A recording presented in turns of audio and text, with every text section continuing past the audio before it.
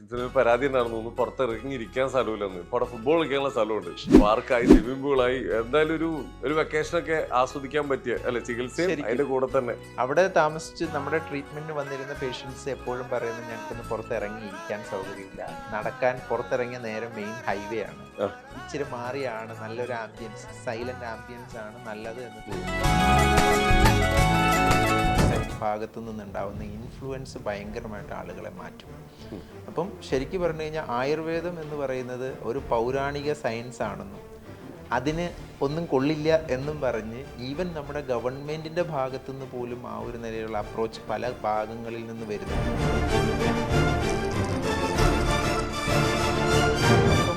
Iron content കൂടുതലുള്ള വെള്ളമായിരിക്കും majority, ചിലയിടത്ത് copper ആയിരിക്കും, ചിലയിടത്ത് അയൺ ആയിരിക്കും. ഇങ്ങനെ പല സാധനങ്ങൾ ഹൈലി കണ്ടന്റ് കൂടുതലുള്ള വെള്ളമായിരിക്കും കുഴക്കിണറിലെ വെള്ളം ഒഴിച്ചുണ്ടാകുന്ന, അല്ലെങ്കിൽ നമ്മൾ മനുഷ്യനിട്ട് പെസ്റ്റിസൈഡ്സും കെമിക്കലും ഇട്ട ഈ ഭൂമിയിൽ കിളുക്കുന്ന ഏത് ചെടി പറിച്ചെടുത്ത് നമ്മൾ മരുന്നായിട്ടോ ആഹാരമായിട്ടോ പറിച്ചെടുത്ത് നമ്മൾ അതിനെ പ്രോസസ്സ് ചെയ്ത് ലാബിൽ കൊണ്ട് ടെസ്റ്റ് ചെയ്ത് കഴിഞ്ഞാൽ ഈ സാധനം എല്ലാം അതിനകത്ത് ഉണ്ടാവും. നമ്മളൊരു സ്കൂളിൽ പോയി കഴിഞ്ഞ് കഴിഞ്ഞാൽ ഒരു 60% കുട്ടികൾ അലർജിക്കാണ്. അതെ, ഇവർക്ക് പെട്ടെന്ന് ജലദോഷം വരും, കഫക്കെട്ട് വരും, ശ്വാസം മുട്ടൽ വരും, പനി വരും. അപ്പോൾ നമ്മൾ തലവേദന, ഇപ്പോൾ എന്നോട് നേരത്തെ പറഞ്ഞില്ലേ മൈഗ്രെയിൻ അല്ലെങ്കിൽ തലവേദന എന്ന് പറഞ്ഞു, ഈ തലവേദനയെ നമ്മൾ ഫോക്കസ് ചെയ്യേണ്ടത് എങ്ങനെയാണെന്ന് വെച്ച് കഴിഞ്ഞാൽ, തലവേദന എന്ന് പറയുന്ന ഒരു രോഗമല്ല, ഏതോ ഒരു രോഗത്തിൻ്റെ ലക്ഷണമാണ് അല്ലെങ്കിൽ സിംറ്റമാണ് തലവേദന.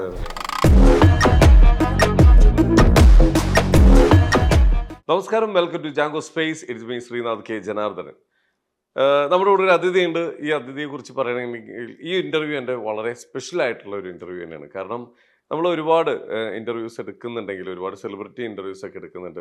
അതിനിടയിലൂടെ ചില ഇൻ്റർവ്യൂസൊക്കെ ഭയങ്കരമായിട്ട് ആൾക്കാർ നമുക്ക് റിവ്യൂ തരാറുണ്ട്. ഒരുപാട് ഉപകാരപ്രദമായിട്ടുള്ള ഇൻ്റർവ്യൂ ആയിരുന്നു നിങ്ങളുടെ, ഇതേപോലെ ആളുകളെ കൊണ്ടുവരണം എന്നൊക്കെ.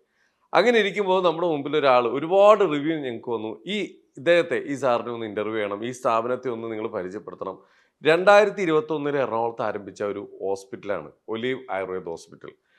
ഒരുപാട് റിവ്യൂസ് ഞങ്ങളിങ്ങനെ കേട്ടുകൊണ്ടിരിക്കുന്ന, സർജറി ഇല്ലാതെ ഒരുപാട് പേരെ പല രീതിയിൽ ജീവിതത്തിൽ ഒരുപാട് വഴി എന്താ പറയുക നല്ല രീതിയിലേക്ക് എത്തിച്ച ഒരു ഹോസ്പിറ്റലാണ്. മാത്രമല്ല ഇപ്പോൾ ഒരു 3 മാസമായിട്ട് പുക്കാട്ടുപടിയിലേക്ക് മാറ്റിയപ്പോൾ ഒരുപാട് ആൾക്കാർക്ക് ചെറിയ വിഷമമൊക്കെ ഉണ്ടെങ്കിലും പുക്കാട്ടുപടി ചെന്നപ്പോൾ അത് വേറെ രീതിയിലായി, അത് ഗംഭീരമായി. അപ്പോൾ എന്തായാലും അതിൻ്റെ വിശേഷങ്ങളൊക്കെ നമുക്ക് വരാം.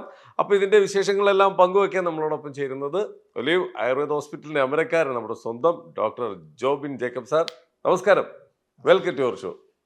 നമസ്കാരം. എന്തായാലും ഈ തിരക്കിൻ്റെ ഇടയിൽ വരാൻ കാണിച്ചതിന് ആദ്യം തന്നെ നിങ്ങൾ നന്ദി പറയാണ്. Thank you. എന്തായാലും ഇപ്പൊ നമ്മള് പുക്കാട്ടുപടിയിലേക്ക് മാറിയില്ലേ? അങ്ങനെ അതെ, ഒരുപാട് ആൾക്കാർക്ക് ഭയങ്കര വിഷമമായിരുന്നു. ഇവിടുന്ന് അങ്ങോട്ടേക്ക് മാറുകയാണ്. എറണാകുളത്താണെങ്കിൽ ഞങ്ങൾക്ക് ഭയങ്കര സൗകര്യമായിരുന്നു, വർഷങ്ങളായിട്ട് ഞങ്ങൾ വന്നുകൊണ്ടിരിക്കുകയായിരുന്നു.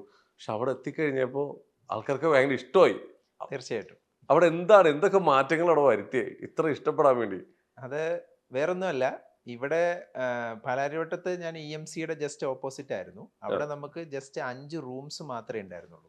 അവിടെ താമസിച്ച് നമ്മുടെ ട്രീറ്റ്മെന്റിന് വന്നിരുന്ന പേഷ്യൻസ് എപ്പോഴും പറയുന്നത് ഞങ്ങൾക്കൊന്ന് പുറത്തിറങ്ങിയിരിക്കാൻ സൗകര്യമില്ല, നടക്കാൻ പുറത്തിറങ്ങിയ നേരം മെയിൻ ഹൈവേ ആണ്. അപ്പം വണ്ടികളുടെ തിരക്കും തിക്കും ബഹളവും ഒക്കെ ആയിട്ട് ശരിക്കും പറഞ്ഞ ഒരു കൺജസ്റ്റഡ് ആയിരുന്നു. പക്ഷെ ഞാൻ ആളുകൾക്ക് വന്നു പോകാൻ എളുപ്പത്തിന് ആക്സസ് എന്നുള്ള നിലയിലാണ് ടൗണിൽ പ്ലാൻ ചെയ്തത്. പക്ഷെ പിന്നെ എനിക്ക് തോന്നി ഇച്ചിരി മാറിയാണ് നല്ലൊരു ആംബിയൻസ്, സൈലന്റ് ആംബിയൻസ് ആണ് നല്ലത് എന്ന് തോന്നി. അങ്ങനെ ഇപ്പം പൂക്കാട്ടുപടിയിലോട്ട് മാറി. അതിന് 2 കാരണങ്ങളുണ്ട്. ഒന്ന്, നമുക്ക് സ്പേസ് തികയാതെ വന്നിരുന്നു. 2023 എൻഡ് ആയപ്പോഴത്തേക്കും റൂം എല്ലാം വെയിറ്റിംഗ് ലിസ്റ്റ് ആവാൻ തുടങ്ങിയായിരുന്നു. അപ്പോൾ വരുന്ന രോഗിക്ക് സമയത്തിന് റൂം കിട്ടാത്ത സാഹചര്യം ഉണ്ടായി. അപ്പോൾ ഒരു എക്സ്പാൻഷനെ പറ്റി ചിന്തിച്ചു. അതിന് പ്രകാരം നല്ലൊരു പ്രോപ്പർട്ടിയിലോട്ട് നമ്മൾ മൂവ് ചെയ്തു. എന്തായാലും പേഷ്യൻസിന് പരാതി ഉണ്ടായിരുന്നു, ഒന്ന് പുറത്തിറങ്ങിയിരിക്കാൻ സ്ഥലമില്ലെന്ന്. ഇപ്പൊ അവിടെ ഫുട്ബോൾ കളിക്കാനുള്ള സ്ഥലമുണ്ട്, അല്ലെ, പാർക്കായി, സ്വിമ്മിംഗ് പൂളായി. എന്തായാലും ഒരു വെക്കേഷനൊക്കെ ആസ്വദിക്കാൻ പറ്റിയ അല്ലെ, ചികിത്സയും അതിന്റെ കൂടെ തന്നെ ശരിക്കും ഫാമിലി ആയിട്ട് വന്ന് എൻജോയ് ചെയ്യാൻ പറ്റുന്ന നല്ലൊരു പ്രോപ്പർട്ടിയാണ്. എല്ലാവരും സൈറ്റിലൊക്കെ ഒന്ന് കയറി നോക്കണം, ഭയങ്കര രസമായിട്ടുണ്ട്. അത് കൊച്ചിയിൽ ഇത്രയും നല്ലൊരു സ്ഥലം പലരും ഞെട്ടും.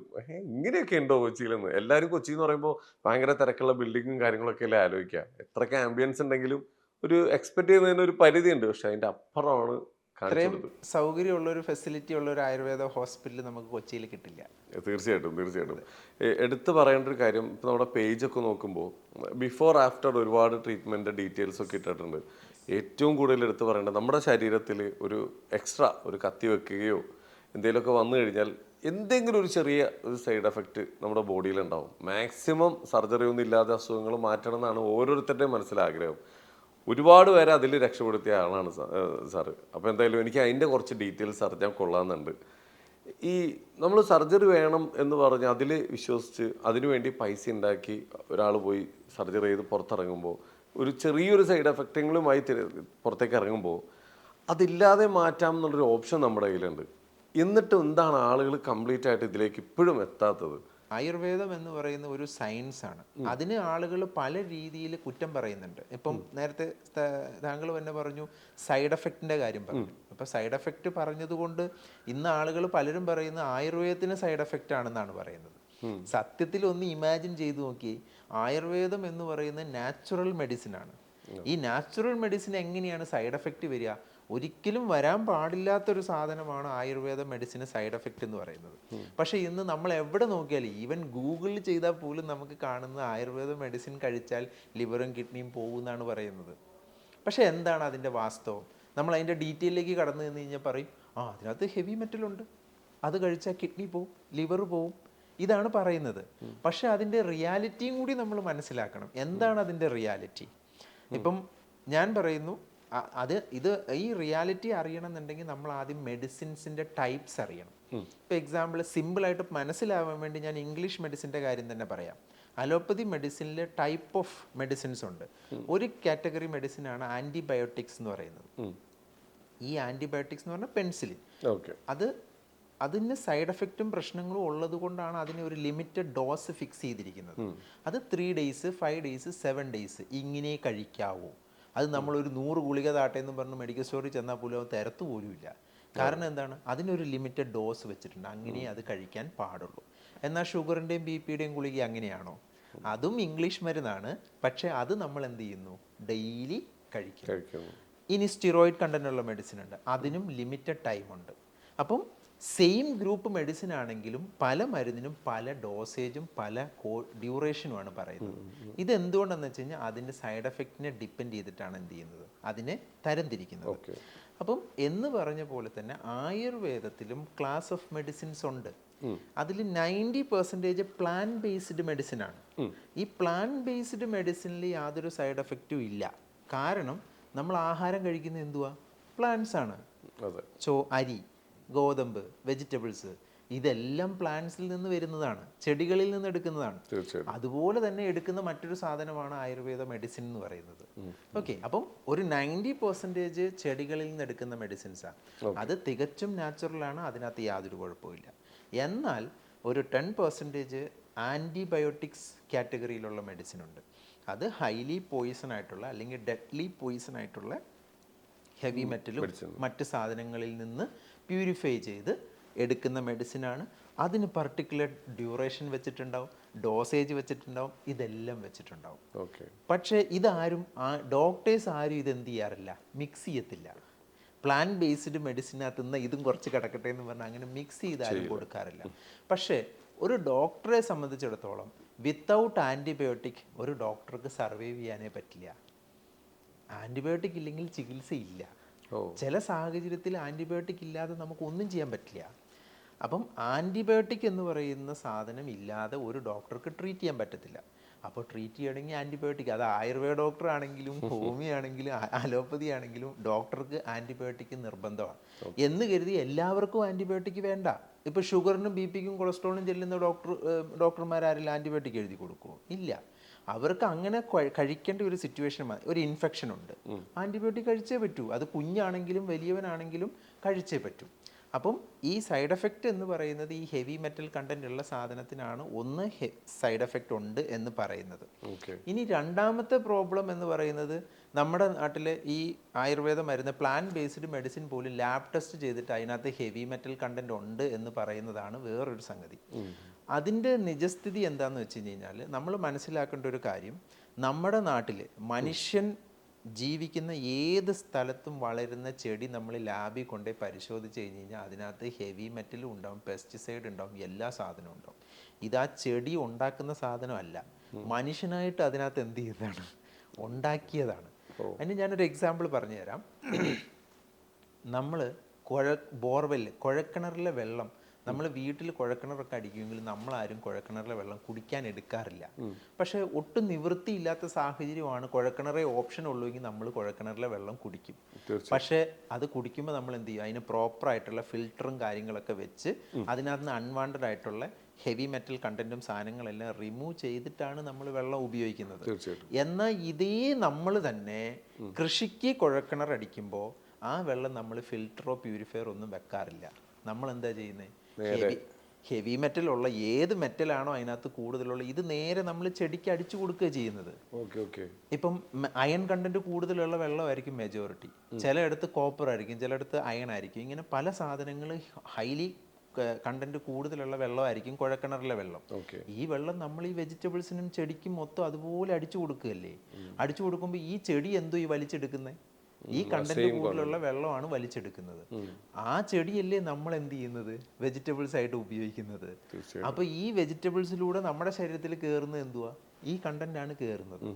അപ്പം ഈ വെള്ളം ഒഴിച്ചുണ്ടാകുന്ന, അല്ലെങ്കിൽ നമ്മൾ മനുഷ്യനിട്ട് പെസ്റ്റിസൈഡ്സും കെമിക്കലും ഇട്ട ഈ ഭൂമിയിൽ കിളുക്കുന്ന ഏത് ചെടി പറിച്ചെടുത്ത് നമ്മൾ മരുന്നായിട്ടോ ആഹാരമായിട്ടോ പറിച്ചെടുത്ത് നമ്മൾ അതിനെ പ്രോസസ്സ് ചെയ്ത് ലാബിൽ കൊണ്ട് ടെസ്റ്റ് ചെയ്ത് കഴിഞ്ഞാൽ ഈ സാധനം എല്ലാം അതിനകത്ത് ഉണ്ടാവും. മനസ്സിലായി. അപ്പോൾ ഇത് നമ്മൾ ആഡ് ചെയ്യുന്നതല്ല, ഇറ്റ്സ് നാച്ചുറലി അതിനകത്ത് കയറുന്നതാണ്, തന്നെ വരുന്നത്, നമ്മളായിട്ട് ആഡ് ചെയ്യുന്നതല്ല.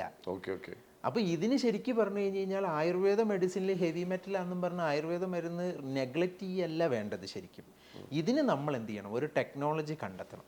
എന്നിട്ട് നമ്മുടെ ഫുഡ് പ്രോഡക്ട്സും ആയുർവേദ റോ മെറ്റീരിയൽസും ആ ഒരു പ്രോസസ്സിങ് യൂണിറ്റിലൂടെ കടത്തി വിട്ടിട്ട് അൺവാണ്ടഡ് ആയിട്ടുള്ള ഹെവി മെറ്റലും മറ്റ് സാധനങ്ങളെല്ലാം റിമൂവ് ചെയ്യാനുള്ള ഒരു ടെക്നോളജി മനുഷ്യൻ കണ്ടെത്തി അത് ഇംപ്ലിമെൻ്റ് ചെയ്യുക വേണ്ടത്.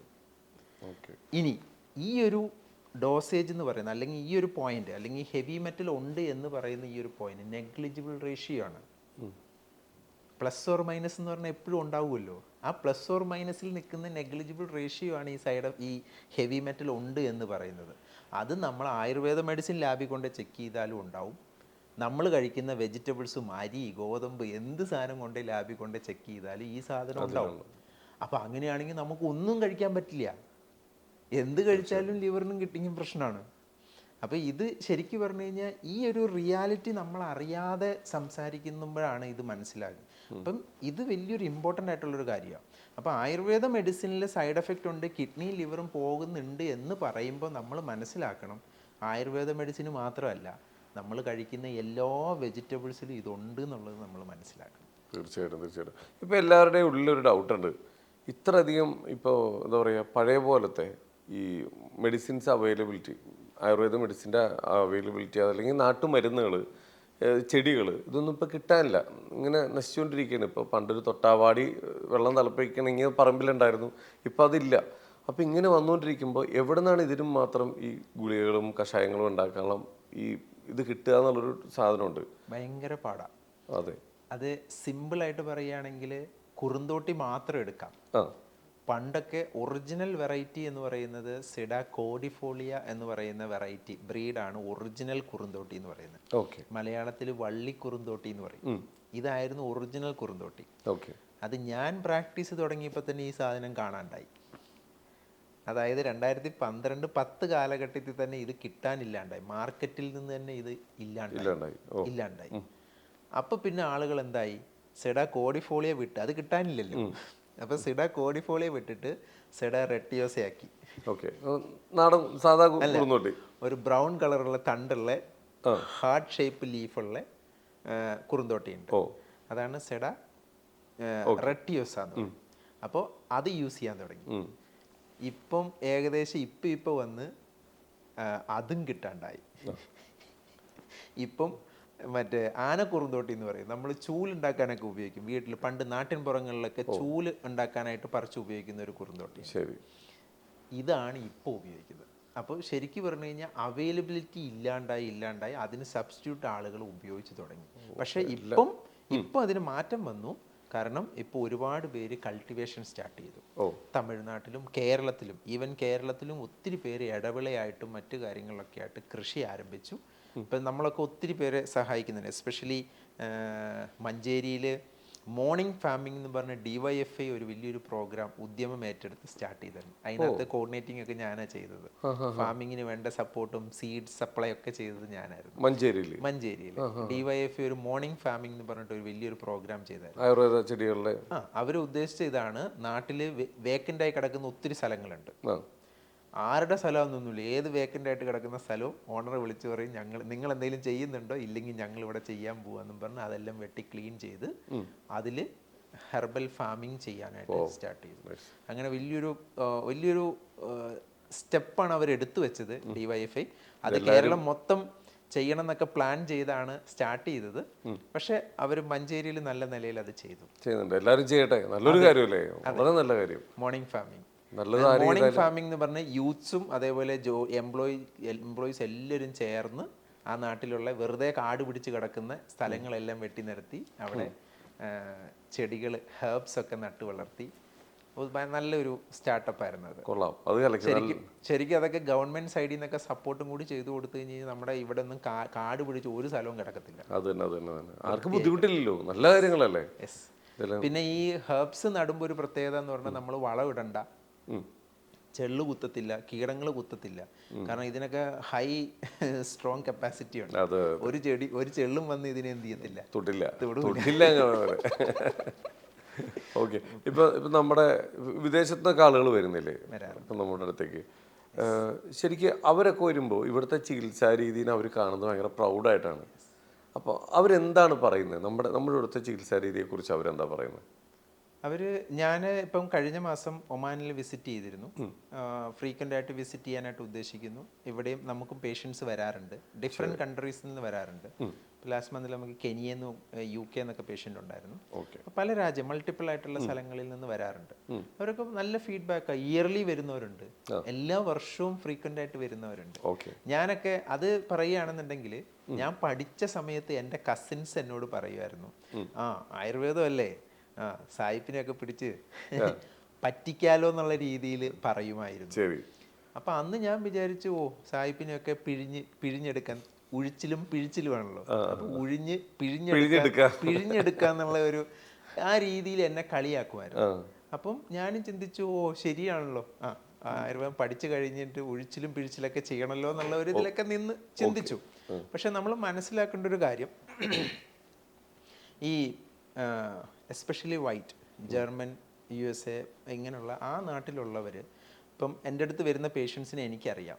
അവരെൻ്റെ മുമ്പിൽ വന്നിരിക്കുമ്പോൾ എന്നേക്കാൾ തെറോ നോളജിലാണ് വന്നിരിക്കുന്നത്.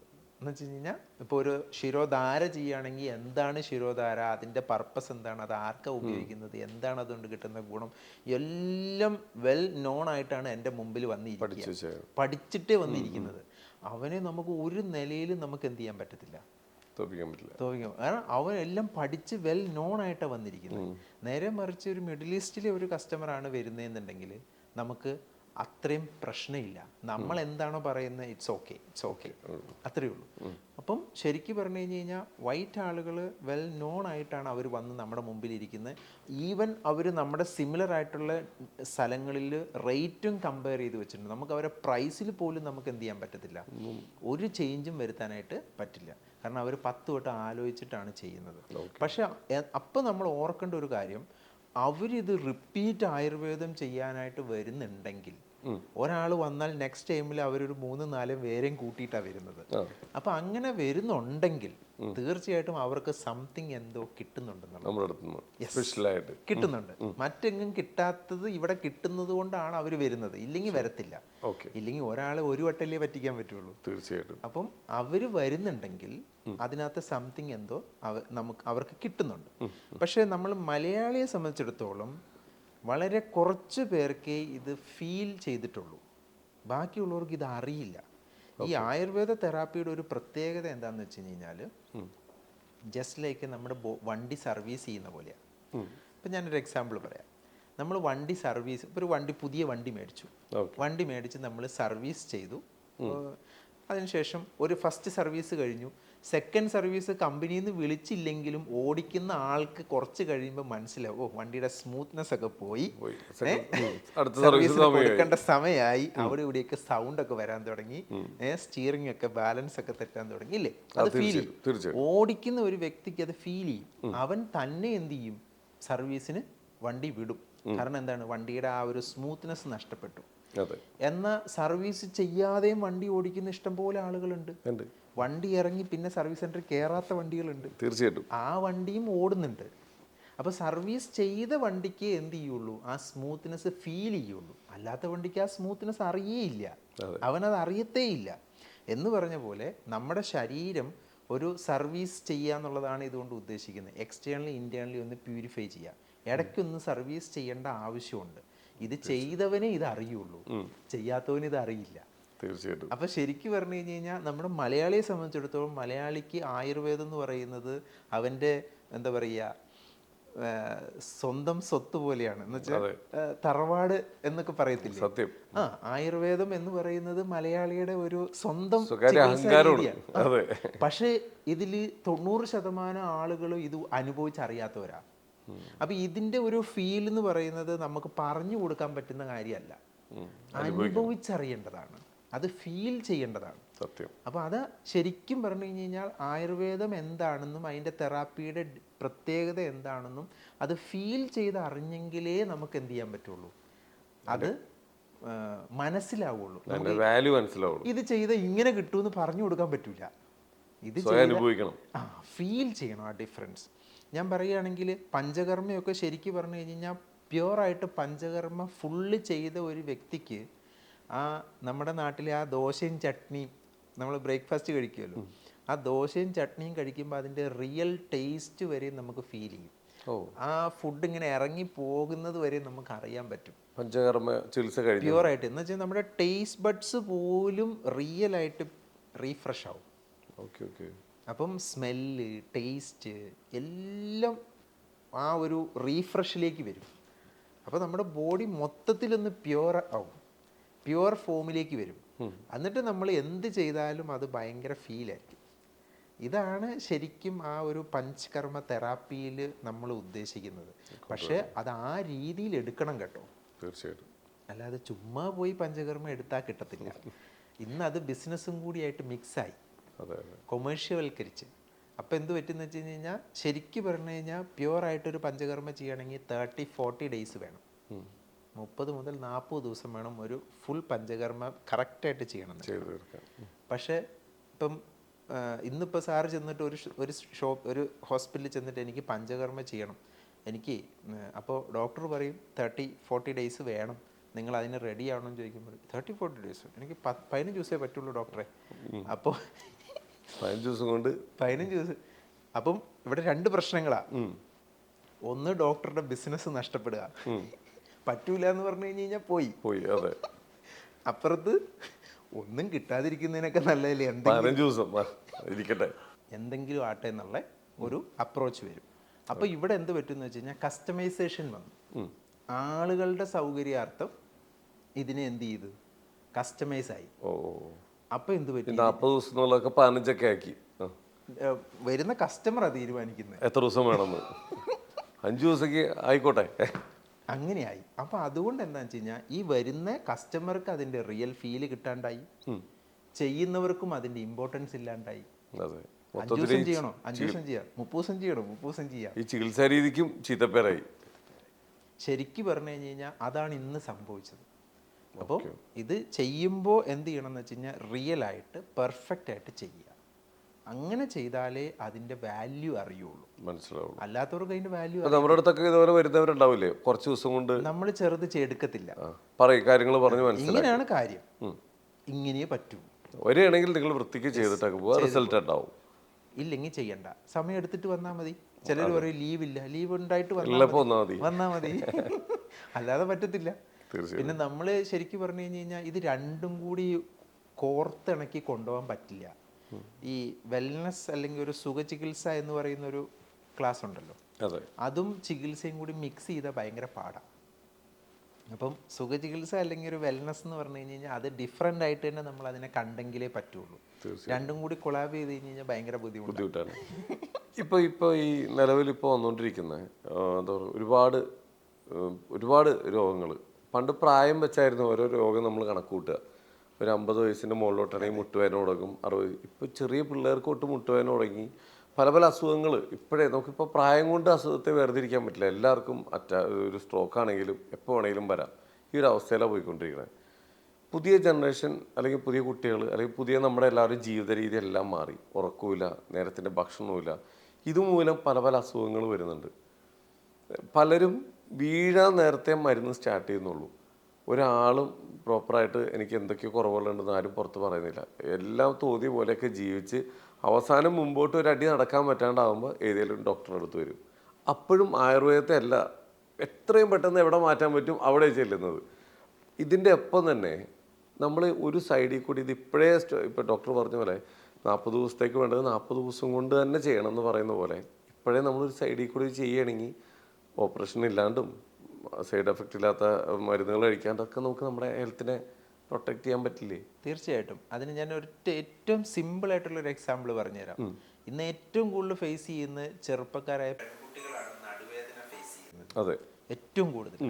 അതിൻ്റെ സിമ്പിൾ ആയിട്ടുള്ള എക്സാമ്പിൾ പറയാം. എൻ്റെയൊക്കെ വീട്ടിൽ എൻ്റെയൊക്കെ കുട്ടിക്കാലത്ത് വല്യമ്മച്ചിമാർ പറയുമായിരുന്നു, ഈ നമ്മളെല്ലാവരും കിടക്കുമ്പോൾ ഈ കമന്ന് കിടക്കുമ്പോൾ വന്ന് വഴക്ക് പറയുമായിരുന്നു. ഇങ്ങനെയാണോ കിടക്കുന്നത്, നിവർന്ന് കിടക്കുന്നു പറഞ്ഞ് വഴക്ക് പറയുമായിരുന്നു. അന്നൊക്കെ നമ്മൾ അമ്മച്ചിമാരെ ചീത്ത വിളിച്ചിട്ടുണ്ട്. എന്ന് വെച്ച് കഴിഞ്ഞാൽ മനസ്സിൽ പറഞ്ഞിട്ടുണ്ട്, എങ്ങനെ കിടന്നാലെന്താ, അവനവൻ്റെ ഇഷ്ടത്തിനല്ലേ കിടക്കുന്നതെന്നുള്ളത്. പക്ഷെ നമ്മൾ ഓർക്കേണ്ട ഒരു കാര്യം, ഈ പെൺകുട്ടികൾ പ്യൂബർട്ടി ഏജ് വരുമ്പോൾ ഇവരുടെ ശരീരത്തിന് വ്യത്യാസം വരും, ശരീരഘടന വ്യത്യാസം വരും. ബട്ടക്സ് വലുതാവും, ബ്രസ്റ്റ് വലുതാവും, മൊത്തം ബോഡി ചേഞ്ച് ആവും. അപ്പോൾ എന്ത് പറ്റുമെന്ന് വെച്ച് കഴിഞ്ഞാൽ നമ്മുടെ നട്ടെല്ലെന്ന് പറയുന്ന ഒരു എസ് ഷേപ്പിലായിരിക്കുന്നത്. അപ്പോൾ ഇവരുടെ ബട്ടക്സിന് വെയിറ്റ് കൂടും. ബട്ടക്സിൽ വെയിറ്റ് കൂടുമ്പോൾ ഇവർ കമന്ന് കിടക്കും. മെജോറിറ്റി പെൺകുട്ടികൾ കമന്ന് കിടക്കും. അപ്പോൾ കമന്ന് കിടക്കുമ്പോൾ എന്ത് പറ്റും, ഈ ബട്ടക്സിൻ്റെ വെയിറ്റ് താഴോട്ട് വന്നിട്ട് ഈ ഹിപ്പിനൊരു കർവുണ്ട്. ഹിപ്പല്ല, ലംബാർ ഏരിയ, നമ്മുടെ നടുവിൻ്റെ ഏരിയയിൽ ഒരു കർവുണ്ട്. ആ കർവ് സ്ട്രെയിറ്റ് ആയി പോകും. ആ വളവ് നിവർന്നു പോകും. കാരണം തിരിഞ്ഞല്ലേ കിടക്കുന്നത്. അപ്പോൾ ബട്ടക്സിൻ്റെ അവിടുത്തെ വെയിറ്റ് താഴോട്ട് വരുമ്പോൾ ഇവിടുത്തെ ആ കർവ് നിവർന്നു പോകും. അപ്പോൾ എന്ത് പറ്റും, പെർമനൻറ്റ് നടുവേദനയായിട്ട് മാറും. അപ്പോൾ ശരിക്കും പറഞ്ഞു കഴിഞ്ഞ് കഴിഞ്ഞാൽ നമ്മുടെ ലൈഫ് സ്റ്റൈൽ തന്നെയാണ് നമ്മളെ രോഗിയാക്കുന്നത്. ശരിക്കും ഞാൻ പഠിച്ചു കഴിഞ്ഞ് ഈ നടുവേദനയൊക്കെ ട്രീറ്റ് ചെയ്യാൻ തുടങ്ങിയപ്പോഴാണ് വല്യമ്മച്ചി പറഞ്ഞ കാര്യം മനസ്സിൽ ഓർമ്മ. എസ്പെഷ്യലി ഇത് ആണുങ്ങളെക്കാൾ കൂടുതൽ ഫേസ് ചെയ്യുന്നത് പെൺകുട്ടികളാണ്. കാരണം പെൺകുട്ടികൾ കൂടുതൽ ഇഷ്ടപ്പെടുന്നത് കമന്ന് കിടക്കാനാണ്. അതിൻ്റെ സൈക്കോളജി എനിക്കറിയില്ല, പക്ഷെ അവർ കൂടുതൽ കംഫർട്ട് കമന്ന് കിടക്കുന്നവരാണ് കൂടുതലും. അപ്പം ഇനി ഞാൻ എൻ്റെ അടുത്ത് വരുന്ന ലേഡീസായിട്ട് വരുന്നവരോട് നടുവേദനയെ പറ്റി ചോദിക്കുമ്പോൾ ആദ്യം തന്നെ ചോദിക്കുന്ന കിടപ്പ് എങ്ങനെയാണെന്ന് ചോദിക്കുന്നത്. കിടപ്പ് മാറ്റാതെ നമ്മൾ എന്ത് ചെയ്തിട്ടും കാര്യമില്ല. ആ കിടപ്പ് പൊസിഷൻ കറക്റ്റ് പൊസിഷനിൽ കിടന്നില്ലെങ്കിൽ നടുവേദന വിട്ടുമാറില്ല. കമന്ന് കിടക്കുന്ന പല പെൺകുട്ടികളും ഇത് കാണുന്നുണ്ടെങ്കിൽ ഓർത്തോ നടുവിന് പണി കിട്ടും. തീർച്ചയായിട്ടും. കാരണം അതാണ് മെയിൻ റീസൺ. തീർച്ചയായിട്ടും അത് മാറ്റിയാൽ തന്നെ അവരുടെ മെയിൻ പ്രോബ്ലം സോൾവ് ആവും. പക്ഷെ അതിന് ഇന്നും തയ്യാറല്ലാത്ത നമ്മൾ എന്ത് ചികിത്സിച്ചിട്ടും കാര്യമില്ല. വീണ്ടും ഇത് പഴയ പൊസിഷനിലോട്ട് വരില്ലേ?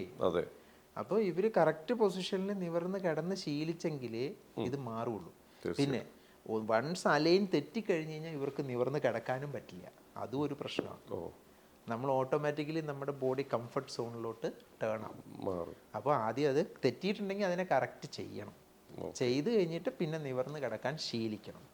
അതാണ് ഏറ്റവും നല്ലത്. ഇപ്പോൾ ഈ നടുവേദനയുടെ കാര്യം പറഞ്ഞപ്പോഴത്തെ ഏറ്റവും കൂടുതൽ ആൺകുട്ടികൾക്കും ഈ 2 വീലർ യൂസ് ചെയ്യുന്നത് നമ്മുടെ നാട്ടിലെ റോഡിൻ്റെ അവസ്ഥ പല കാരണങ്ങളുമുണ്ട്. ഫുട്ബോൾ കളി, ക്രിക്കറ്റ് കളി, പല കാരണങ്ങളുമുണ്ട്. നട്ടിൽ ഡിസ്ക് സംബന്ധമായിട്ടുള്ള അസുഖങ്ങൾ ഒരുപാട് പേർക്കുണ്ട്. ഏതൊരു ആൺകുട്ടി 50 പേരെടുത്ത് കഴിഞ്ഞാൽ ഒരു 10 പേര് ഇങ്ങനെ ഇരിക്കും. എന്താ വെച്ചാൽ ഡിസ്കിന് ചെറിയൊരു പ്രശ്നമുണ്ട്. എന്താ പ്രശ്നം എന്ന് ആർക്കറിയില്ല. ഈ പറയുന്ന പോലെ ചികിത്സിക്കുന്നു. ഡിസ്കിനൊരു അസുഖം വന്ന ഒരു ആൺകുട്ടിയുടെ ഇപ്പോഴത്തെ വിചാരം ഇത് ലൈഫ് ടൈം എൻ്റെ ജീവിതം ഇനി ഇങ്ങനെയാണ്, ജീവിതകാലം മുഴുവൻ ഈ നട്ടിലും പിടിച്ചിങ്ങനെ നടക്കേണ്ടി വരുന്നതാണ്. പക്ഷേ ഒരു സൈഡിൽ ആയുർവേദത്തിൽ ഇതിന് വ്യക്തമായിട്ടുള്ള ചികിത്സയുണ്ടെന്ന് പല റിവ്യൂവിലും ഞാൻ കണ്ടായിരുന്നു. അതെന്താ ഡോക്ടർ, അതിനെക്കുറിച്ചൊന്ന് പറയാമോ? ശരിക്കും പറഞ്ഞു കഴിഞ്ഞ് കഴിഞ്ഞാൽ നടുവേദന എന്ന് പറയുന്നത് ഇന്ന് വളരെ കോമൺ ആയിട്ടുള്ള, ഞാൻ നേരത്തെ ലേഡീസിൻ്റെ കാര്യം പറഞ്ഞു, അതുപോലെ തന്നെ ആൺകുട്ടികളിലും കോമൺ ആയിട്ട് വരുന്ന, പണ്ടൊക്കെ ഏജ് വൈസ് ആയിരുന്നു, ഇപ്പം അങ്ങനെ ഒരു ഏജ് ഫാക്ടറേ ഇല്ല. ഇപ്പം ചെറുപ്പക്കാർക്ക് പോലും ഏറ്റവും കൂടുതൽ കണ്ടുവരുന്ന ഒരു രോഗമാണ്. അതിൻ്റെ കാരണം ഒന്ന് ലൈഫ് സ്റ്റൈൽ തന്നെയാണ്. പിന്നെ നടുവേദന എന്ന് പറയുമ്പോൾ എല്ലാ നടുവേദനയ്ക്കും ഓരോ കാരണമുണ്ട്. അപ്പോൾ ഫസ്റ്റ് നമ്മൾ അറിയേണ്ടത് ആ കാരണം എന്താണെന്ന് അറിയണം. ചിലപ്പം നട്ടലിൻ്റെ കർവ്, ഞാൻ നേരത്തെ പറഞ്ഞ കർവ് അലൈൻ തെറ്റിപ്പോയതായിരിക്കും, കർവ് തെറ്റിപ്പോയതായിരിക്കും. ഓക്കെ, എല്ലാ നടുവേദനയും ഡിസ്ക് സംബന്ധമായതല്ല. അല്ല. അപ്പോൾ ആദ്യം നമ്മൾ എന്ത് ചെയ്യണം എന്ന് വെച്ച് കഴിഞ്ഞാൽ എക്സാമിൻ ചെയ്യുമ്പോൾ തന്നെ നമുക്ക് അറിയാൻ പറ്റും. ആ പേഷ്യൻറ്റിനെ എക്സാമിൻ ചെയ്ത് ആക്ച്വൽ പ്രോബ്ലം എന്താണെന്ന് നമ്മൾ കൺഫേം ചെയ്യണം. അതിൻ്റെ കൺഫർമേഷനിലേക്ക് നമുക്ക് സ്ക്രീനിങ്ങും MRI പോലത്തെ സ്ക്രീനിങ് കാര്യങ്ങളൊക്കെ എടുക്കാം.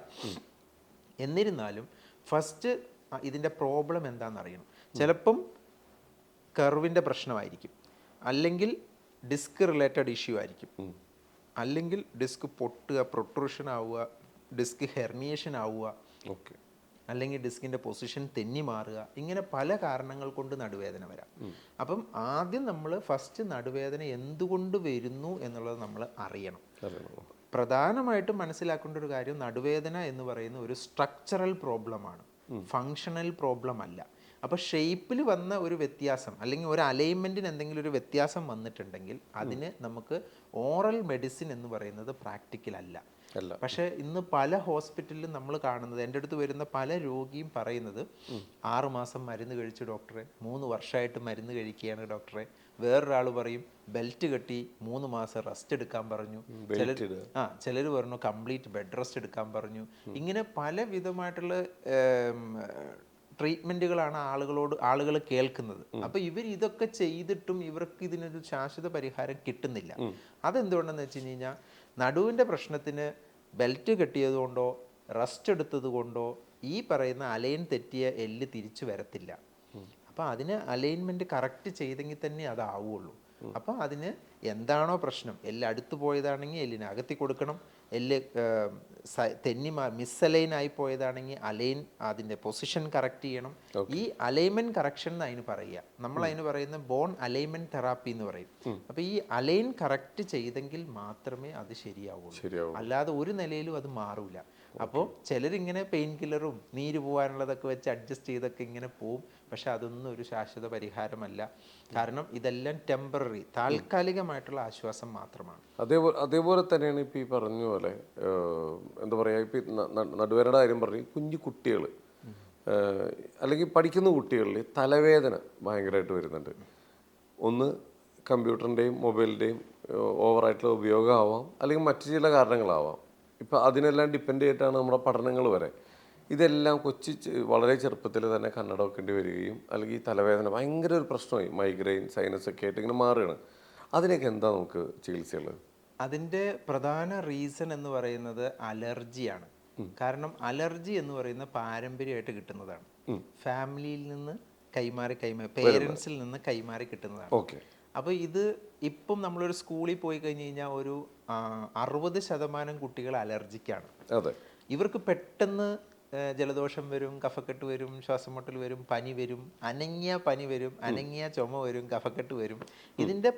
അപ്പോൾ ഇതാണ് ഇതിൻ്റെ മെയിൻ റീസൺ എന്ന് പറയുന്നത്. അപ്പോൾ നമ്മൾ തലവേദന, ഇപ്പോൾ എന്നോട് നേരത്തെ പറഞ്ഞില്ലേ മൈഗ്രെയിൻ അല്ലെങ്കിൽ തലവേദന എന്ന് പറഞ്ഞു. ഈ തലവേദനയെ നമ്മൾ ഫോക്കസ് ചെയ്യേണ്ടത് എങ്ങനെയാണെന്ന് വെച്ച് കഴിഞ്ഞാൽ, തലവേദന എന്ന് പറയുന്ന ഒരു രോഗമല്ല, ഏതോ ഒരു രോഗത്തിൻ്റെ ലക്ഷണമാണ് അല്ലെങ്കിൽ സിംറ്റമാണ് തലവേദന എന്ന് പറയുന്നത്. അപ്പം തലവേദന ഉണ്ടെങ്കിൽ നമ്മൾ മനസ്സിലാക്കേണ്ട ഒരു കാര്യം, എൻ്റെ കഴുത്തിന് മുകളിലേക്ക് എവിടെയോ ഒരു പ്രോബ്ലം ഉണ്ട്. ഫോർ എക്സാമ്പിൾ പറയുകയാണെങ്കിൽ പനി ഒരു രോഗമല്ല, ഒരു രോഗലക്ഷണം മാത്രമാണ്. അപ്പം നമുക്ക് പനി വന്നു കഴിഞ്ഞാൽ നമ്മൾ എന്ത് ചെയ്യണം? എനിക്ക് എവിടെയോ എൻ്റെ ശരീരത്തിൽ ഒരു പ്രശ്നമുണ്ട്.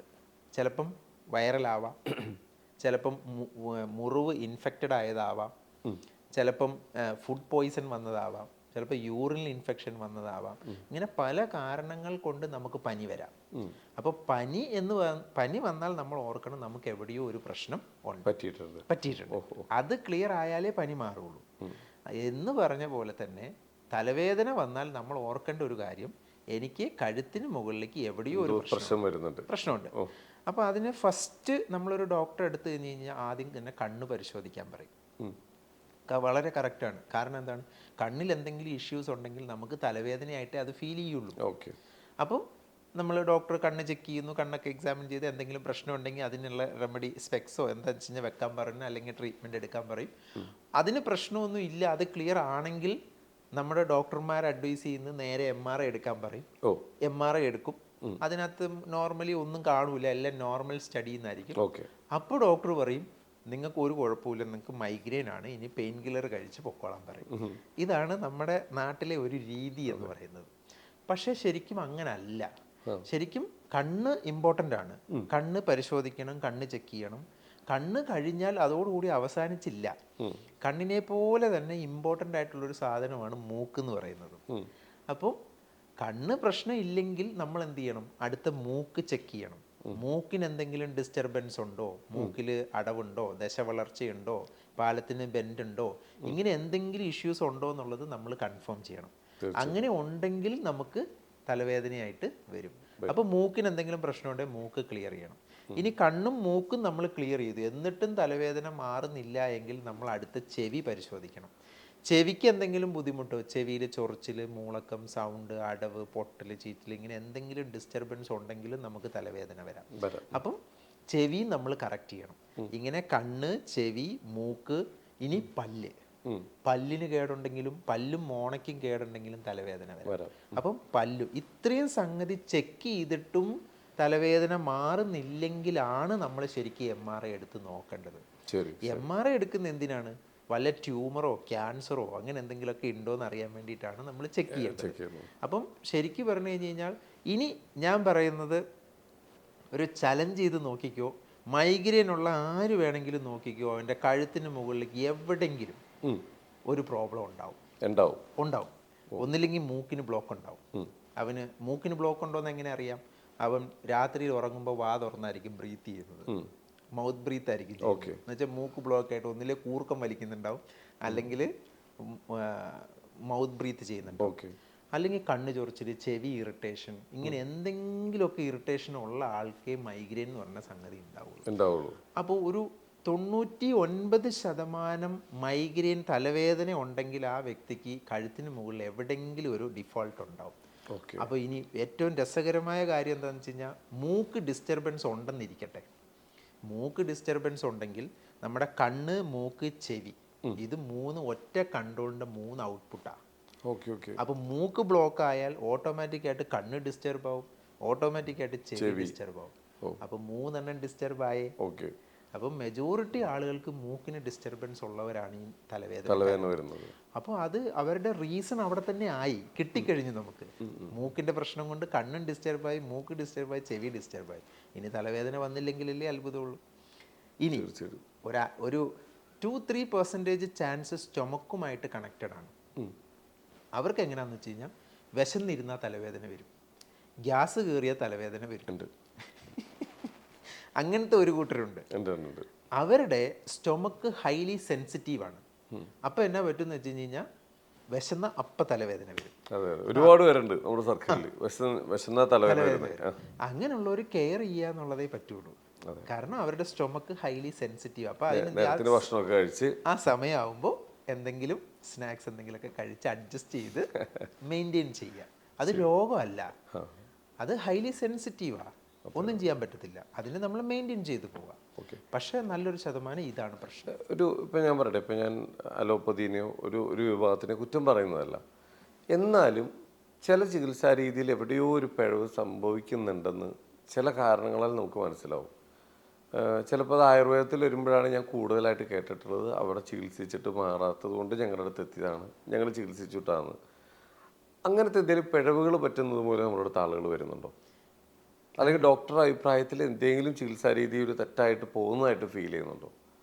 അത് മെജോറിറ്റി എനിക്ക് തോന്നിയിരിക്കുന്നത് സ്ട്രോക്ക് പേഷ്യൻസിൻ്റെ കാര്യത്തിലാണ്. സ്ട്രോക്ക് പേഷ്യൻസ് എന്താണ്?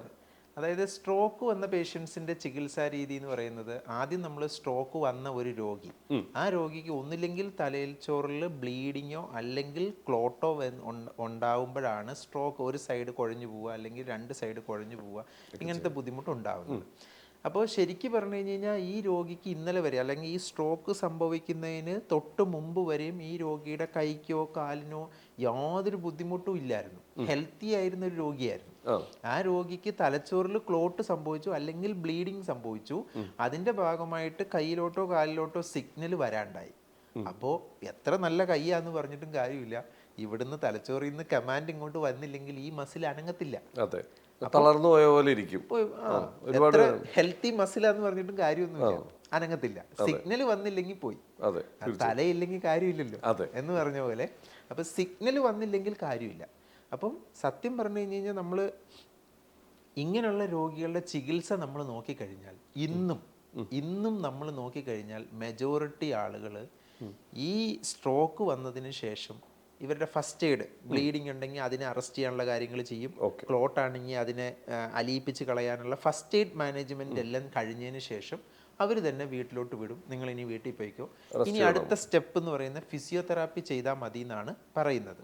പക്ഷെ അവിടെയാണ് നമുക്ക് ചിന്തിക്കേണ്ട ഒരു കാര്യം, സത്യത്തിൽ ഈ രോഗിക്ക് തലച്ചോറിലാണ് വൂണ്ട് സംഭവിച്ചത്, എന്ന് വെച്ച് കഴിഞ്ഞാൽ പരിക്ക് സംഭവിച്ചത്. പക്ഷെ നമ്മൾ കൊടുക്കുന്ന ട്രീറ്റ് എവിടാന്ന് ചോദിച്ചു കഴിഞ്ഞാൽ കൈക്കും കാലിനും ആണ് നമ്മൾ ഫിസിയോതെറാപ്പി അല്ലെങ്കിൽ തെറാപ്പി ആയിട്ട് കൊടുക്കുന്നത്. വാസ്തവത്തിൽ ഇതിനകത്താണ് പ്രശ്നം. കാരണം ആ രോഗിക്ക് കിട്ടേണ്ട ട്രീറ്റ്മെന്റ് അല്ല വാസ്തവത്തിൽ അവിടെ കിട്ടുന്നത്. മനസ്സിലായി? തലച്ചോറിലാണ് പരിക്ക്, കൈക്കും കാലിനും ഒരു കുഴപ്പമില്ല. സിഗ്നൽ എത്താത്തത് കൊണ്ടാണ് ഈ കൈ അനങ്ങാത്തത്. സിഗ്നൽ ഇവിടുന്ന് വന്നാൽ ഈ മസിൽ ആക്റ്റീവായി ഒരു പ്രശ്നവും ഇല്ല. പക്ഷേ ഈ രോഗിക്ക് നമ്മൾ കൊടുക്കുന്ന ട്രീറ്റ്മെന്റ് എന്ന് പറയുന്നത് കൈക്കും കാലിനുമാണ്. അപ്പോൾ നമ്മൾ നോക്കുമ്പോൾ ചിന്തിക്കുന്നത് എന്താ, ഫിസിയോതെറാപ്പി ചെയ്യുന്നുണ്ട് അല്ലെങ്കിൽ മറ്റെന്തെങ്കിലും തെറാപ്പി ചെയ്യുന്നുണ്ട്. പക്ഷെ ആ തെറാപ്പിയിൽ അവർക്ക് എന്ത് കിട്ടുന്നുണ്ട്? റിക്കവറി വരുന്നുണ്ട്. അപ്പോൾ ആ റിക്കവറി വരുന്ന എങ്ങനെയാണെന്ന് ചോദിച്ചു കഴിഞ്ഞാൽ അവിടെയാണ് നമ്മൾ മനസ്സിലാക്കേണ്ട ഒരു കാര്യം, നമ്മുടെ ശരീരത്തിന് ഒരു മുറിവുണ്ടായാൽ അല്ലെങ്കിൽ ഒരു പരിക്ക്, ഒരു ക്ഷതം പറ്റിക്കഴിഞ്ഞ് കഴിഞ്ഞാൽ ആ ക്ഷതം പരിഹരിക്കാൻ നമ്മുടെ ശരീരത്തിന് കഴിയും. ഒരു മുറിവുണ്ടായി കഴിഞ്ഞ് കഴിഞ്ഞാൽ അതിനെ ഹീലാക്കാനുള്ള കപ്പാസിറ്റി നമ്മുടെ ശരീരത്തിനുണ്ട്. അപ്പോൾ നമ്മുടെ ശരീരം അതിനെ എന്ത് ചെയ്യുന്നുണ്ട്? ഡേ ബൈ ഡേ ശരിയാക്കുന്നുണ്ട്. ആ ഹീലിംഗ് നടക്കുമ്പോൾ സിഗ്നലുകൾ തന്നെ വരാൻ തുടങ്ങും. അതാണ് റിക്കവറി എന്ന് പറയുന്നത്, നാച്ചുറൽ റിക്കവറി എന്ന് പറയും. അത് നമ്മൾ ഒന്നും ചെയ്തില്ലെങ്കിലും ആ റിക്കവറി നടക്കും അവിടെ. അപ്പോൾ ആ റിക്കവറി കിട്ടുന്നതിന്റെ ഗ്രാജുവലി ആയിട്ടുള്ള റിസൾട്ടാണ് ഇവിടെ നമുക്ക് എന്ത് ചെയ്യുന്നത്? കിട്ടുന്നത്. അപ്പോൾ ഒരു രോഗി സത്യം പറഞ്ഞു കഴിഞ്ഞ് കഴിഞ്ഞാൽ ഇന്ന് ഒരു സ്ട്രോക്ക് വന്ന ഒരു പേഷ്യൻറ്റിന് നമ്മൾ ഒരു കെയറും കൊടുക്കാതെ തന്നെ നാച്ചുറലായിട്ട് അവൻ്റെ ആ ശരീരം റിക്കവർ ആക്കുന്ന റിസൾട്ടാണ് നമുക്ക് കിട്ടുന്നത്. സത്യം പറഞ്ഞു കഴിഞ്ഞാൽ നമ്മൾ ഈ രോഗിക്ക് തെറാപ്പി കൊടുക്കണ്ടെന്നല്ല. അതിൻ്റെ ഇൻറ്റൻഷൻ എന്തിനാണ്? നമ്മുടെ കൈ അനങ്ങാതിരുന്നു കഴിഞ്ഞാൽ മസിലൊക്കെ ശോഷിച്ചു പോകും. അപ്പം അത് ശോഷിച്ച് പോകാതിരിക്കാൻ വേണ്ടി എന്ത് ചെയ്യണം? ആ വ്യക്തിക്ക് സ്വയം അനക്കാൻ പറ്റത്തില്ലല്ലോ. അപ്പം നമ്മൾ മറ്റൊരാളുടെ സഹായം കൊണ്ട് നമ്മൾ എന്ത് ചെയ്യുക? മൂവ്മെൻറ്റ്സും കാര്യങ്ങളൊക്കെ കൊടുത്ത് മെയിൻറ്റെയിൻ ചെയ്യുക, ലോസ് വരാതിരിക്കാൻ വേണ്ടി. പക്ഷേ നമ്മുടെ ഇന്നത്തെ ഇൻറ്റൻഷൻ നേരെ തെറ്റാണ്. നമ്മൾ കൈക്കും കാലിനും മൂവ്മെൻറ്റ്സ് കൊടുത്ത് രോഗി എഴുന്നേറ്റ് വരണോ എന്നുള്ള ഇൻറ്റൻഷനോട് കൂടിയാണ് നമ്മൾ എന്ത് ചെയ്യുന്നത്? രോഗിയെ ട്രീറ്റ് ചെയ്യുന്നത്. തീർച്ചയായിട്ടും അത് തെറ്റാണ്. എന്നിട്ട് രോഗിക്ക് ഭയങ്കര പെയിൻഫുൾ ആയിരിക്കും. രോഗി വേദന സഹിച്ചാണ് എന്ത് ചെയ്യുന്നത്? ഈ കാര്യങ്ങളെല്ലാം എങ്ങനെയെങ്കിലും എഴുന്നേക്കട്ടെ എന്ന് വിചാരിച്ചിട്ടാണ് രോഗി എന്ത് ചെയ്യുന്നത്? കാര്യങ്ങൾ ചെയ്യുന്നത്. പക്ഷെ ഇവിടെ നമ്മൾ ചിന്തിക്കേണ്ട ഒരു കാര്യം, ഈ രോഗിക്ക് വേണ്ടത് എന്തുവാ? തലയ്ക്ക് ഹീലാവണം.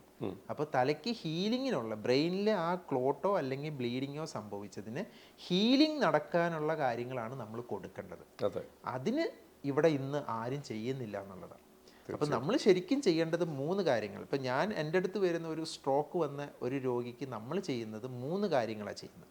ഒന്ന്, ആ രോഗീനെ ഡീടോക്സ് ചെയ്യണം. എന്ന് വെച്ച് കഴിഞ്ഞ് കഴിഞ്ഞാൽ ഇമ്പ്യൂരിറ്റീസ് എല്ലാം മാറ്റി എക്സ്റ്റേണലി ആൻഡ് ഇന്റേണലി റീഫ്രഷ് ചെയ്യണം.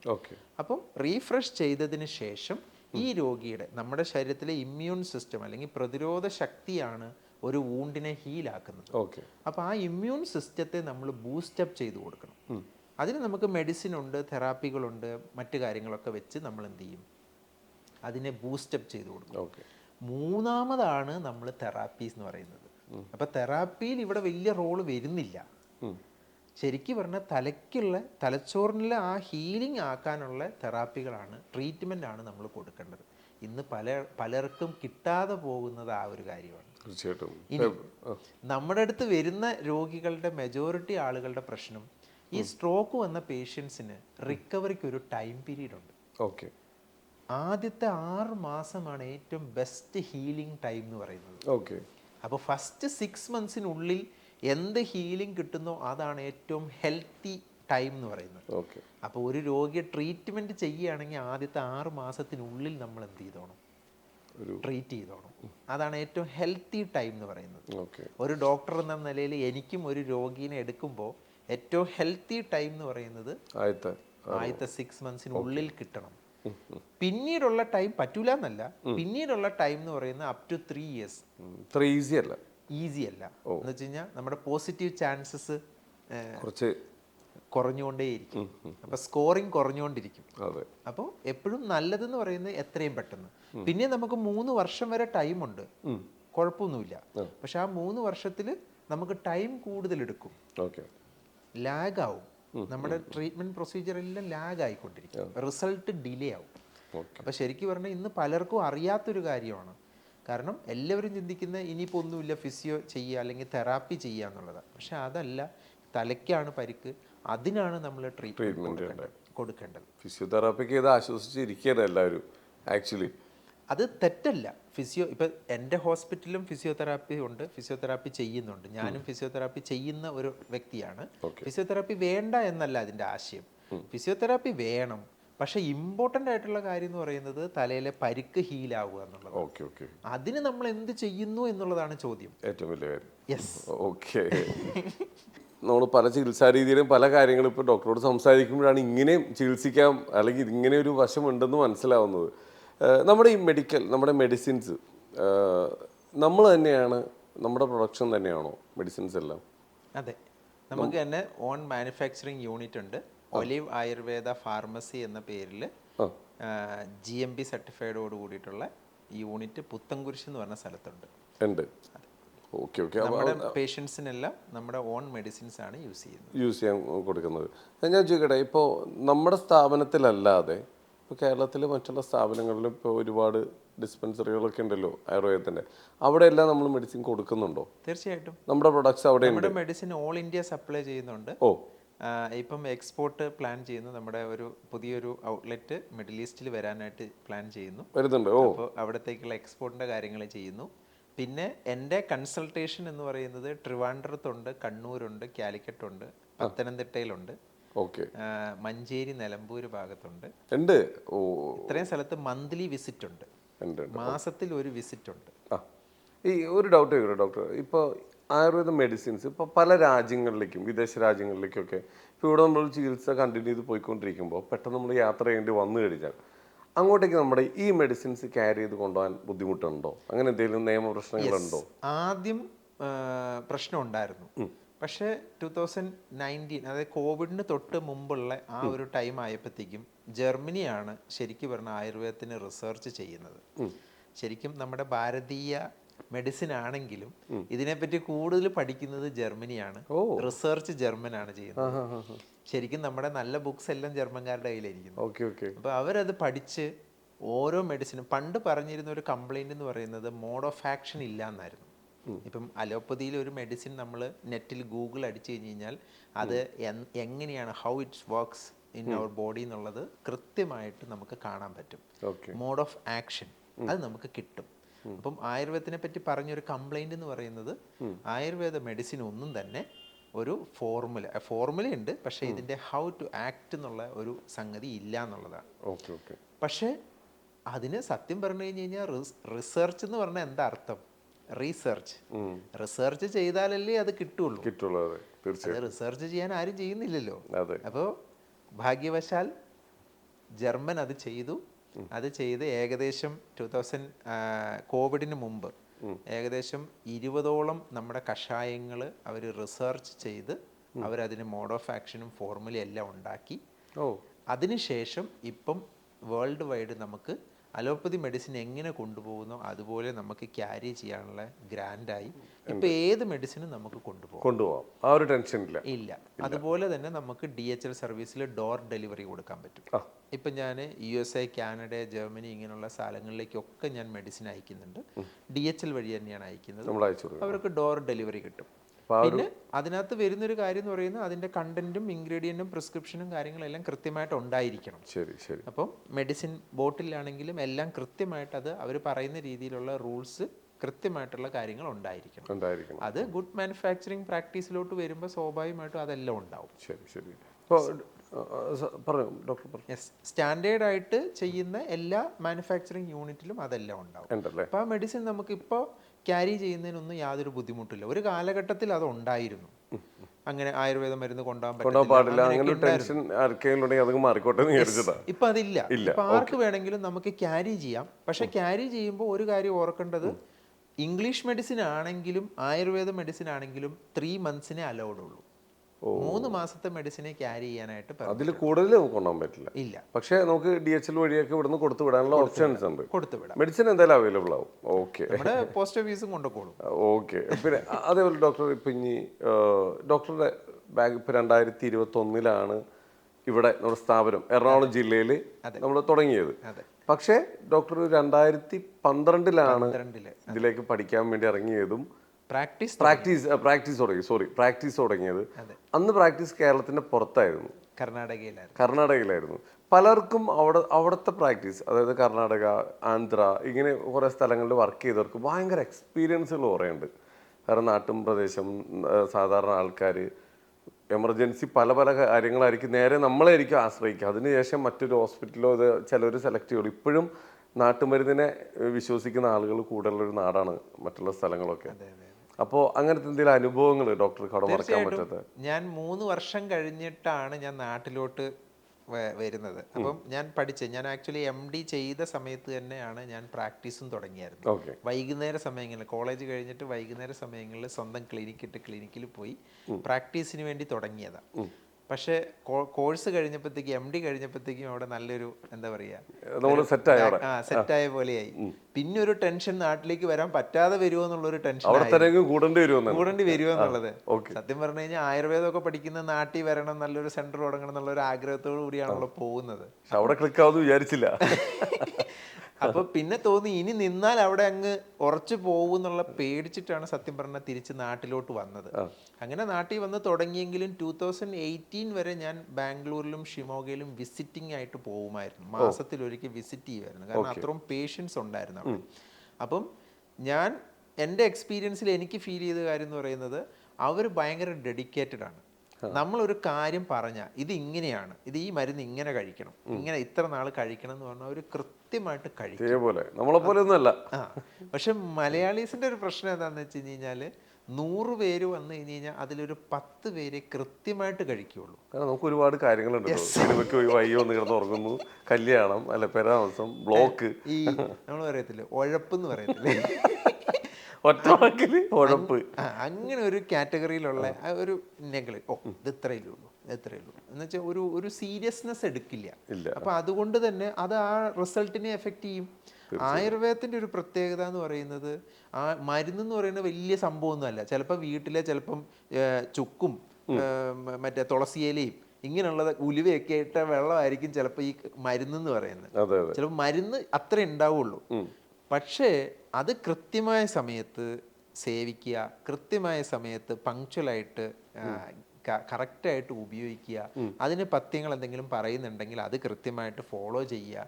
ഇങ്ങനെയുള്ള കാര്യങ്ങളൊക്കെ ശീലിച്ച് കഴിഞ്ഞ് കഴിഞ്ഞാൽ കൃത്യമായിട്ട് കറക്റ്റായിട്ട് റിസൾട്ട് കിട്ടും. പക്ഷെ നമ്മുടെ ഇവിടുത്തെ പ്രശ്നം എന്താണെന്ന് വെച്ച് കഴിഞ്ഞാൽ, ഇതൊന്നും ആദ്യത്തെ കുറച്ച് ദിവസം ഇതൊക്കെ ഫോളോ ചെയ്യും, പിന്നെ ഇതൊക്കെ കൈവിടും. അപ്പം ഇതാണ് നമ്മുടെ ഇവിടുത്തെ ഞാൻ കണ്ടിരിക്കുന്ന ഒരു നേച്ചർ എന്ന് പറയുന്നത്. പക്ഷേ കേരളം വിട്ടു കഴിഞ്ഞാൽ നമുക്ക് ട്രീറ്റ് ചെയ്യാൻ ഭയങ്കര ഇഷ്ടമായിരിക്കും. അതുപോലെ ഫോളോ ചെയ്യും. 30 ദിവസം കഴിഞ്ഞ് വരണമെന്ന് പറഞ്ഞാൽ കൃത്യം 30 ദിവസം കഴിഞ്ഞ് എത്തിയിരിക്കും. നമ്മളിവിടെ എങ്ങനെയാണെന്ന് വെച്ച് കഴിഞ്ഞാൽ 1 മാസത്തെ മരുന്ന് കൊണ്ടേ പിന്നെ ഒരു 15 ദിവസം കഴിഞ്ഞിട്ടായിരിക്കും അവൻ വരുന്നത്. മരുന്ന് കഴിച്ചു, ഓക്കെ, അവന് റിസൾട്ട് ഉണ്ട്, കുറവുണ്ട്, ഇതെല്ലാം ഉണ്ട്. പക്ഷെ വരുന്നത് പിന്നെ ഒരു 15 ദിവസം കഴിഞ്ഞിട്ടാണ്. അപ്പോൾ ചോദിക്കുക, അപ്പോൾ 15 ദിവസം കഴിഞ്ഞ് അപ്പോൾ 45 ദിവസം അപ്പോൾ മരുന്നില്ലേ? അത് എനിക്ക് ഇന്ന തിരക്കുണ്ടായിരുന്നു, അതുണ്ടായിരുന്നു, ഇതുണ്ടായിരുന്നു, എല്ലാം കഴിഞ്ഞിട്ടാണ് ഫ്രീ ആയത് ഇപ്പോഴാ. ഇതാണ് നമ്മുടെ ഇവിടുത്തെ ആളുകളുടെ ഒരു രീതി അങ്ങനെയാണ്. അപ്പം ആ ഒരു അത് റിസൾട്ടിനെ എഫക്റ്റ് ചെയ്യും ഓട്ടോമാറ്റിക്കലി. അവിടെയൊക്കെ അത് കറക്റ്റ് ആയിട്ട് നോക്കും. അവർ ഭയങ്കര പങ്ക്ച്വലാണ് ആ ഒരു കാര്യത്തിൽ. അടിപൊളി. എനിക്കത് നല്ലൊരു എക്സ്പീരിയൻസ് ആയിരുന്നു. കാരണം കേരളത്തിന് വെളിയിൽ പ്രാക്ടീസ് ചെയ്തപ്പം എനിക്കത് വളരെ ഭയങ്കരമായിട്ട് ആ ഡിഫറൻസ് മനസ്സിലായി. ഇപ്പം പണ്ടത്തെ പോലെ എഴുത്തുകൂത്തല്ലല്ലോ, എല്ലാം സോഫ്റ്റ്വെയർ അല്ലേ. അപ്പോൾ ഒരാൾ വന്ന് 30 ദിവസത്തിന് മരുന്ന് കൊണ്ടുപോയിട്ട് പിന്നെ എൻ്റെ അടുത്ത് വരുമ്പോൾ എനിക്ക് കൃത്യമായിട്ട് അറിയാം ഈ ഇദ്ദേഹം എന്നാ കൊണ്ടുപോയെന്നും എന്ന് ഇദ്ദേഹത്തിന് മരുന്ന് തീരുമെന്നും. ഒരു കാര്യം ചോദിച്ചു, അവിടുന്ന് ശരിക്കും ഡോക്ടർ അവിടുന്ന് ഇങ്ങോട്ടേക്ക് വന്നത് ഏത് ഇയറാ? 2012 അവിടെ തുടങ്ങി. 12 കർണാടകയിൽ തുടങ്ങി. 15 അവിടുന്ന് നിലമ്പൂരിലേക്ക് വരുന്നത്. അപ്പൊ അവിടുന്ന് പോരുമ്പോ അവിടുത്തെ നാട്ടുകാർ പോകണ്ടെന്നൊക്കെ പറഞ്ഞിരുന്നു. ഭയങ്കര ഫീലിംഗ് ആയിരുന്നു എല്ലാവർക്കും. പിന്നെ അതിനാണ് ഞാൻ മാസത്തിൽ വിസിറ്റ് ആക്കിയത്. അങ്ങനെ മന്ത്ലി വൺസ് വിസിറ്റ് ആയിട്ട് ചെയ്യുമായിരുന്നു. അത് ഏകദേശം 2018 വരെ ചെയ്തു. പിന്നെയും ചെയ്യണമായിരുന്നു, പക്ഷേ മറ്റേ നിലമ്പൂർ, എൻ്റെ വീട് നിലമ്പൂരാണ്. അപ്പോൾ അവിടെ ഫ്ലഡ് എഫക്റ്റ് ചെയ്തിട്ട് നമ്മുടെ മൈസൂർക്ക് പോകുന്ന റോഡ് മൊത്തം ഒലിച്ചു പോയി. അപ്പം അങ്ങനെ പിന്നെ കാറൊന്നും പോകാൻ പറ്റാത്ത അവസ്ഥയായി. പിന്നെ 1-2 തവണ ഫ്ലൈ ചെയ്ത് പോയെങ്കിലും പിന്നെ ഞാൻ എന്ത് ചെയ്ത് ആ വിസിറ്റ് അങ്ങ് ഡ്രോപ്പ് ചെയ്ത് പിന്നെ വീഡിയോ കൺസൾട്ടേഷനും പരിപാടിയൊക്കെ ആക്കി അങ്ങനെ പോയി. അത്യാവശ്യമുള്ളവർക്ക് കൊറിയർ ചെയ്ത് കൊടുക്കും. അങ്ങനെ ആ ഒരു രീതിയിലോട്ട് അങ്ങ് മാറി. ഇപ്പോൾ നമ്മുടെ പുതിയതായിട്ട് തുടങ്ങിയേക്കുന്നത്, അതായത് ആലുവയിൽ പുക്കാട്ടുപടിയിൽ സ്റ്റാർട്ട് ചെയ്തേക്കുന്ന നമ്മുടെ ഒലിവില് ഒരുപാട് ഫെസിലിറ്റീസ് ഉണ്ട്. ശരിക്കും ഒരു ഗൃഹാന്തരീക്ഷമാണ് അവിടെ ഒരുക്കിയേക്കുന്നത്. ചുറ്റും പച്ചപ്പും കാര്യങ്ങളൊക്കെ ആയിട്ട്. ശരിക്കും പറഞ്ഞാൽ വിദേശികൾ മാത്രമല്ല, സ്വദേശികൾക്കും എല്ലാവർക്കും സമാധാനത്തിൽ കുറച്ച് ദിവസം ഒന്ന് ചികിത്സിച്ച് പോരാം. വരുമ്പോൾ ഫാമിലി ആയിട്ടൊക്കെ വരാൻ പറ്റുന്ന ഒരു ഓപ്ഷൻ ഉണ്ടോ അവിടെ നിൽക്കാൻ? തീർച്ചയായിട്ടും അതാണ് നമ്മൾ മെയിൻ ആയിട്ട് ഫോക്കസ് ചെയ്തത്. അതായത് 2021 ഞാൻ പാലാരിവട്ടത്ത് തുടങ്ങുമ്പോൾ അവിടെ കുറവുണ്ടായിരുന്നത് അതായിരുന്നു. ഒരു ഫാമിലി ആയിട്ട് വന്ന് നിൽക്കാനുള്ള ഒരു അന്തരീക്ഷം അല്ലായിരുന്നു. തികച്ചും റൂംസ് മാത്രമായിരുന്നു. പുറത്തിറങ്ങി നടക്കാനുള്ള സൗകര്യമൊന്നും ഉണ്ടായിരുന്നില്ല. ഹാർട്ട് ഓഫ് ദ സിറ്റിയിലായിരുന്നു. പുറത്തിറങ്ങിയ നേരെ ഹൈവേ ആണ്. അപ്പോൾ ശരിക്കും ഒന്നും നടക്കാൻ പോലും പറ്റാത്തൊരു സാഹചര്യം. അപ്പോൾ അതിൽ നിന്നൊരു മാറ്റം ഉണ്ടാവണമെന്ന് ചിന്തിച്ചിട്ടാണ് പുതിയൊരു പ്രോപ്പർട്ടി എടുക്കുമ്പോൾ അതിനൊരു ചേഞ്ച് ഉണ്ടാവണം എന്നുള്ള ആഗ്രഹത്തിലാണ് ചെയ്തത്. അപ്പോൾ അവിടെ THL ആയുർവേദ എന്ന് പറഞ്ഞൊരു ഗ്രൂപ്പുണ്ട്. അവരുമായിട്ട് അസോസിയേറ്റ് ചെയ്തിട്ടാണ് ഇപ്പം നമ്മൾ അവിടെ ചെയ്യുന്നത്. അപ്പോൾ അത് ഒരു ഫാമിലി ആയിട്ട് വന്ന് നിൽക്കാനും അതിന് പറ്റിയ നല്ല വില്ലാസും അവർക്ക് എൻ്റർടൈൻമെൻറ്റ്സും എല്ലാം ഉള്ള നല്ലൊരു പ്രോപ്പർട്ടിയാണ് ഇപ്പോൾ കിട്ടിയിരിക്കുന്നത്. ഓക്കെ, തീർച്ചയായിട്ടും. എന്തായാലും നമ്മളെല്ലാവരും നമുക്ക് ഒരുപാട് സന്തോഷമുണ്ട്. കാരണം ഒന്ന് ഡോക്ടറുടെ ഇവിടുത്തെ സേവനം ഒരുപാട് ആൾക്കാർ അവർക്ക് എന്താ അതിന് പറയുക, ഉപകാരപ്രദമായി. ജീവിതത്തിൽ ഒരുപാട് മാറ്റങ്ങളുണ്ടായി. ഇപ്പം നമ്മൾ ആദ്യം പറഞ്ഞ സർജറി ഇല്ലാതെ ചികിത്സിക്കുക എന്നൊക്കെ പറഞ്ഞു കഴിഞ്ഞാൽ ചെറിയ കാര്യമൊന്നുമല്ല. അപ്പോൾ ഇങ്ങനെ അതിൻ്റെ അപ്ഡേഷൻസ് ഇങ്ങനെ നമ്മൾ നോക്കുമ്പോൾ ഇപ്പോൾ വലിയൊരു സ്ഥാപനത്തിലേക്ക് വന്നപ്പോൾ കുറേ കൂടി ആളുകൾക്ക് ഇത്തിരി കൂടി സമാധാനത്തിൽ വന്ന് ചികിത്സിച്ച് പോകാൻ പറ്റുന്നൊരവസ്ഥ നമുക്കിപ്പോൾ അവിടെ ഉണ്ട്. ഇതേപോലെ തന്നെ മുമ്പോട്ട് പോട്ടെ. കർണാടകയിൽ തുടങ്ങിയെങ്കിലും ഇനി കേരളത്തിലും ലോകം മൊത്തം ഡോക്ടറുടെ സേവനം എല്ലാവരിലേക്ക് എത്തണം എന്നാണ് ഞങ്ങളുടെയൊക്കെ ആഗ്രഹം. കാരണം സത്യസന്ധമായിട്ടുള്ള ചികിത്സാ രീതിക്ക് എപ്പോഴും ഒരു വിശ്വസ്തതയുണ്ട്. ആ വിശ്വസ്തതയാണ്, ഒരു മൗത്ത് പബ്ലിസിറ്റിയാണ് നമ്മുടെ സ്ഥാപനത്തിന് ഏറ്റവും കൂടുതൽ കിട്ടിയേക്കുന്നത്. ആളുകളെല്ലാം ഏറ്റെടുത്തേക്കുന്നത്. ഇനിയും 1000 ആളുകളിലേക്ക് എത്തട്ടെ. എല്ലാവിധ ആശംസകളും ഞങ്ങൾ നേരെയാണ്. Thank you so much.